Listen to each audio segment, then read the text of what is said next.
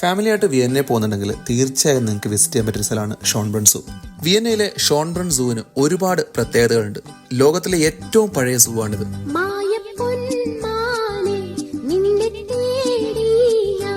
1752 തുറന്ന് ഇപ്പോഴും പ്രവർത്തിക്കുന്ന സൂ. ടിക്കറ്റിന്റെ കൂടെ തന്നെ നമുക്ക് സൂവിന്റെ വിശദമായൊരു മാപ്പ് കിട്ടും. അപ്പോൾ ഓരോ സ്ഥലത്ത് ഏതൊക്കെ ആനിമൽസാണ് ഉള്ളത്, ഓരോ സെക്ഷനായിട്ട് ആനിമൽസിന് അറേഞ്ച് ചെയ്തിട്ടുണ്ട്. അപ്പോൾ എങ്ങോട്ടാണ് പോകേണ്ടത്, പിന്നെ ഓരോ സ്ഥലത്ത് ആനിമൽസിന്റെ ഫീഡിംഗ് ടൈം ഉണ്ട്, ഓരോ ആനിമൽസിന്റെ ലൈവ് ഷോയും ഫീഡിങ്. അപ്പോൾ അതൊക്കെ നമുക്ക് പ്ലാൻ ചെയ്യാൻ വേണ്ടി കൃത്യമായൊരു മാപ്പും വിവരവും ഉള്ളൊരു സാധനം നമുക്ക് ചെല്ലുമ്പോൾ തന്നെ കിട്ടും. വലിയ സൂ ആണ്, കുറേ നടക്കാനുണ്ട്, കുറേ കാണാനുണ്ട്. കുട്ടികൾക്ക് വേണമെങ്കിൽ ഒരു ഫുൾ ഡേ എൻജോയ് ചെയ്ത് നടക്കാനുള്ള ഒരു ഇതുണ്ട്. പക്ഷെ നമ്മൾ എന്തൊക്കെ പറഞ്ഞാലും ഏത് സൂവിൽ പോയാലും 3-4 മണിക്കൂറൊക്കെ ആകുമ്പോഴേക്കും നമ്മൾ മടുക്കും നടന്നിട്ട്. 17 ഹെക്ടറിൽ പരന്നു കിടക്കുന്ന ഷോൺബ്രൺ സൂ വിയന്നയിലെത്തുന്ന ടൂറിസ്റ്റുകളുടെ ഒരു മെയിൻ അട്രാക്ഷനാണ്.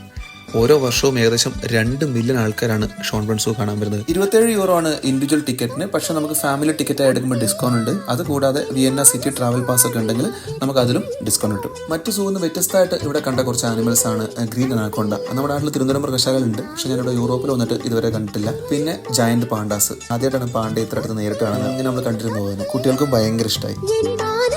അപ്പോൾ വിയന്ന സിറ്റിയൊക്കെ കറങ്ങുമ്പോൾ സിറ്റിയുടെ ആ ഒരു തിരക്കിന്നൊക്കെ മാറി കുറച്ചൊരു മരങ്ങളും തണലും പ്രകൃതിയും മൃഗങ്ങളൊക്കെ ആയിട്ട് ഒരു ഹാഫ് ഡേ സ്പെൻഡ് ചെയ്യാൻ പറ്റിയ നല്ലൊരു സ്പോട്ടാണ് വിയന്ന സൂ.